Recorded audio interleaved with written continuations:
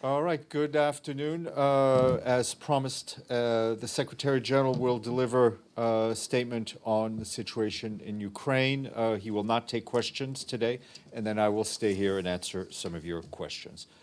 Sir, please, you have the floor. Ladies and gentlemen of the media, thank you very much for your presence.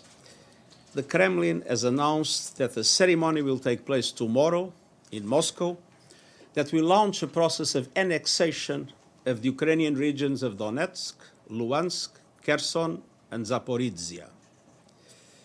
In this moment of peril, I must underscore my duty as Secretary General to uphold the Charter of the United Nations. The UN Charter is clear. Any annexation of a state territory by another state resulting from the threat or use of force is a violation of the principles of the UN Charter and international law. The United Nations General Assembly is equally clear. In its landmark Friendly Relations Declaration of 24 October 1970, repeatedly cited the stating rules of general international law by the International Court of Justice, the General Assembly declared that the territory of a state shall not be the object of acquisition by another state resulting from the threat or use of force, and that no territorial acquisition resulting from the threat or use of force shall be recognized as legal. And I must be clear, the Russian Federation is one of the 5 permanent members of the Security Council, shares a particular responsibility to respect the Charter. Any decision to proceed with the annexation of Donetsk, Luhansk, Kherson, and Zaporizhia, regions of Ukraine, would have no legal value and deserves to be condemned. It cannot be reconciled with the international legal framework.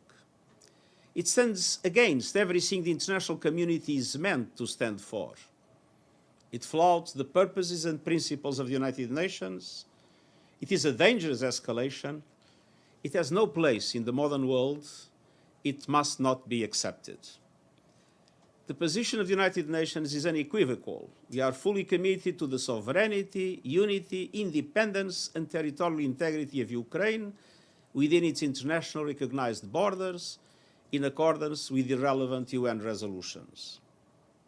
I want to underscore that the so-called referenda in the occupied regions were conducted during active armed conflict in areas under Russian occupation and outside Ukraine's legal and constitutional framework. They cannot be called a genuine expression of the popular will. Any decision by Russia to go forward will further jeopardize the prospects for peace. It will prolong the dramatic impacts on the global economy, especially developing countries, and hinder our ability to deliver life-saving aid across Ukraine and beyond. It is high time to step back from the brink. Now more than ever, we must work together to end this devastating and senseless war and uphold the UN Charter and international law. Thank you. Thank you, sir. Thank you very much. Thank you. Matthew.